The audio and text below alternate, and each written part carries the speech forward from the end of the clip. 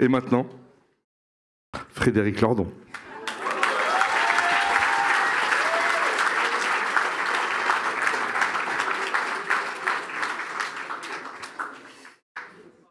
Bon, pour tout le soulagement de dimanche soir, il est donc parfaitement clair à tous qu'aucune des données fondamentales de la situation stratégique n'a été modifiée.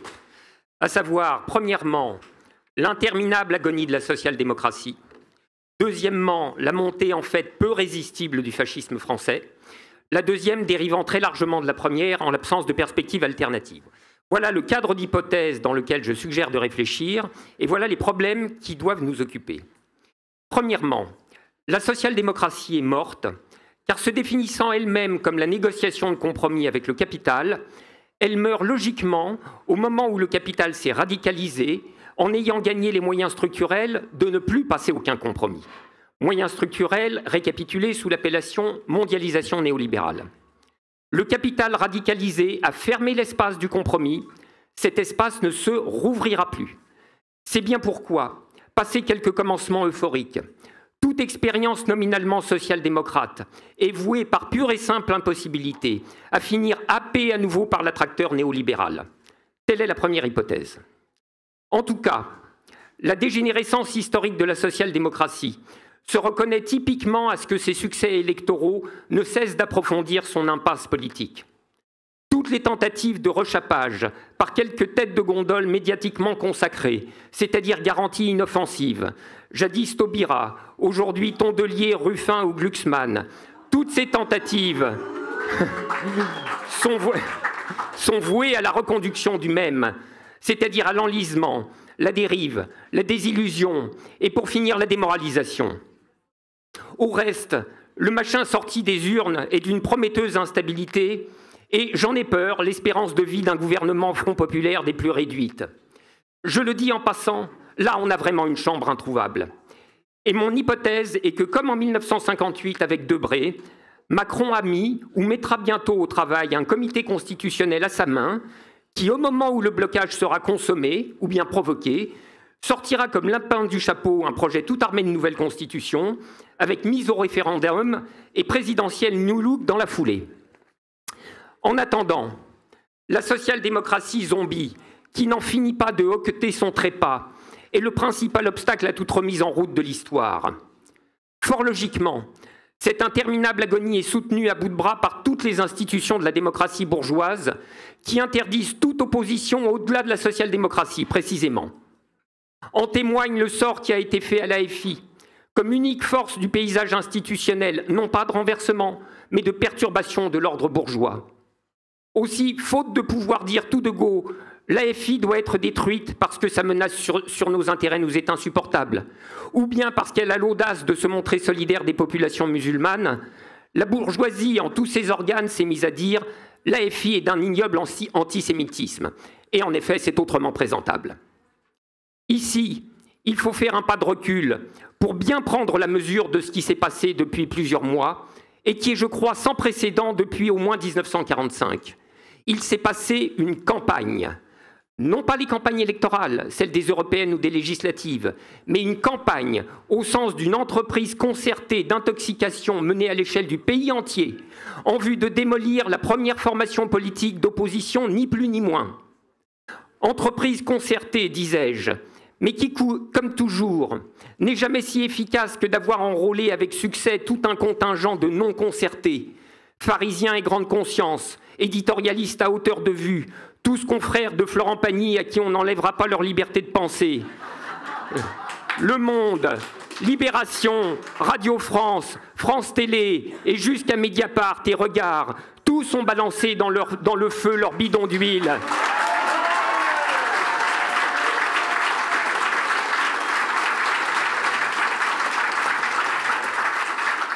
Gros ou petits, selon leur degré d'hypocrisie, tous ont construit cette figure de l'AFI comme la radicalité et de Mélenchon comme le boulet, le danger. Mais danger pour quoi? Danger pour qui? La vraie réponse ne pouvait pas être donnée. Il faut tirer les conclusions de l'événement qu'a été cette campagne inédite. Le système des médias capitalistes et étatiques, qui constitue toute opposition réelle en ennemi, est notre ennemi. Nous devons poser symboliquement et politiquement l'objectif de le détruire comme pleinement légitime, en préparation d'une réelle alternance qui viendra le détruire institutionnel pour de bon. Ces gens-là, qui se présentent comme le cœur battant de la démocratie, sont les fourriers désormais avérés du fascisme. Il faut les désigner et les combattre comme tels. Je dis tout ceci pour souligner la nature de la situation qui est la nôtre et qui appelle ces dispositions spécifiques, situation de conflit de classe, en voie d'atteindre un très haut degré de pureté, en dépit de tous les recouvrements qui le rendent méconnaissable, à commencer bien sûr par le recouvrement fasciste. C'est la deuxième donnée de la situation stratégique. Il est bien clair que le revers du RN est tout à fait transitoire. Rien dans la dynamique de ces forces profondes n'a été entamé. Le prochain coup pourrait bien être le bon. Par conséquent, nous avons d'ores et déjà à nous placer dans la disposition qu'appellera cette configuration du pouvoir. Nous l'avons d'autant plus que dans cette disposition viennent s'aligner ce que nous aurons à faire face à un pouvoir fasciste, ce que nous avons à faire dès maintenant pour tenter d'éviter un pouvoir fasciste, enfin ce qu'il y a lieu de faire de toute façon dans une perspective révolutionnaire. La question clé dans l'identification de cette disposition est la suivante. Où est la puissance? Où est notre puissance? Eh bien, c'est très simple. Il suffit de se livrer à l'expérience de penser, le RN est là. Par hypothèse, je situe mon exercice dans ce cadre-là, n'est-ce pas? Le RN est là, qui peut faire quoi? Réponse, presque plus personne ne peut presque plus rien. Nous sommes tous écrasés, la férocité de la répression est totale, les coûts de l'action militante faramineux, et en fait, pour beaucoup d'entre nous, prohibitifs. Sous pouvoir fasciste, aucune lutte sectorielle n'a plus aucune chance. Je veux dire encore moins que ça n'est le cas là, actuellement.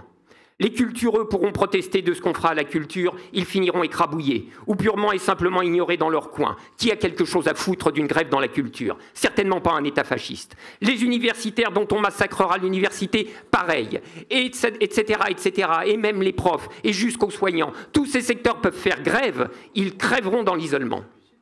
Mais il y a un endroit depuis lequel on peut faire mal à ce que j'ai appelé d'un mot valise l'Étapital. L'Étapital, c'est le produit de fusion monstrueux de l'État et du capital, typique du capitalisme néolibéral en situation de crise organique. Cet endroit unique, d'où il reste quelque chance de défier l'Étapital, c'est l'activité économique elle-même et singulièrement le pouvoir logistique, le pouvoir sur les flux, transport, énergie, information, dont la mise en panne embolise toute l'économie. Notre fer de lance, c'est la classe ouvrière qui opère ce pouvoir logistique et détient concrètement les moyens de le faire dérailler. Et plus largement, celle qui a le pouvoir de mettre l'économie à l'arrêt. Là est notre puissance, et c'est cette puissance que nous devons cultiver, en entretenant le fer de lance, c'est-à-dire en nous rangeant derrière cette classe ouvrière, c'est-à-dire encore en ne la laissant jamais seule, en nous portant aussitôt à son renfort. En tout cas, tous les secteurs, artistes, chercheurs, etc., n'arriveront à rien tant qu'ils ne quitteront pas des yeux leur nombril sectoriel et tant qu'ils ne rejoindront pas la puissance qui peut sauver tous. La grève logistique, comme embrayeur de la grève générale, elle-même embrayeur de toutes les prises de rue et de toutes les prises de lieux.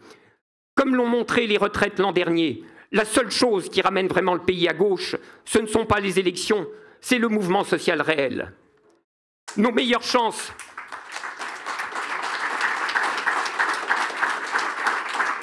Nos meilleures chances sont donc dans la lutte générale, et c'est cela qu'il faut préparer. Comment? Je n'en ai pas la moindre idée. Mais comment on est sûr de ne pas y arriver? Ça, je le sais.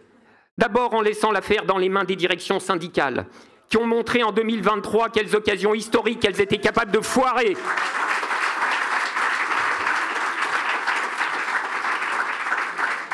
Et qui de toute façon sont des éléments du système institutionnel d'ensemble que rien ne les dispose à affronter décisivement.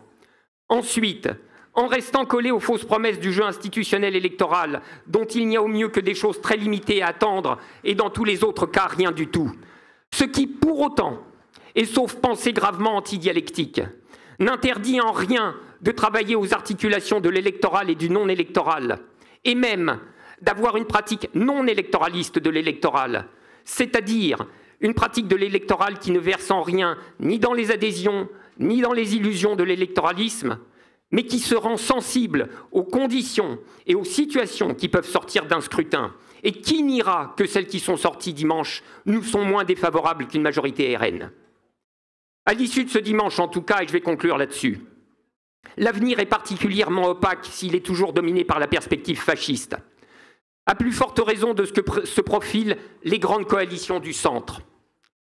Lorsqu'on a vu quelques jours avant le deuxième tour à La République, Boucheron et Rosanvallon, et Plenel avant eux, en tribun de comices agricoles, haranguant une foule couverte de mains SOS Racisme, expérience qui mêle les registres normalement distincts du cinéma d'horreur et du fantastique, on sait quelle direction certains veulent faire prendre aux choses. La direction de l'impasse historique social-démocrate. Il faut être professeur au Collège de France pour ne pas savoir ce que d'élémentaires effets d'apprentissage enseignent depuis 3 décennies. Que la social-démocratie, à défaut de l'être subjectivement, bien sûr, devient objectivement facteur de fascisation quand ses conditions d'exercice ont disparu.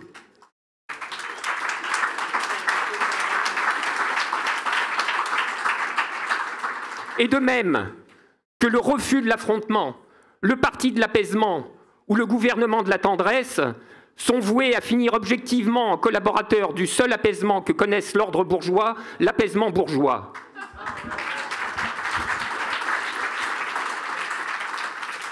Alors qu'on ne compte pas sur nous pour remettre 50 centimes dans ce bastringue. Je ne sais pas si la dialectique peut casser des briques, mais aider à fracasser ce machin, elle doit sûrement le pouvoir, parce que comme dirait l'autre imbécile, c'est notre projet. Bravo! Bravo!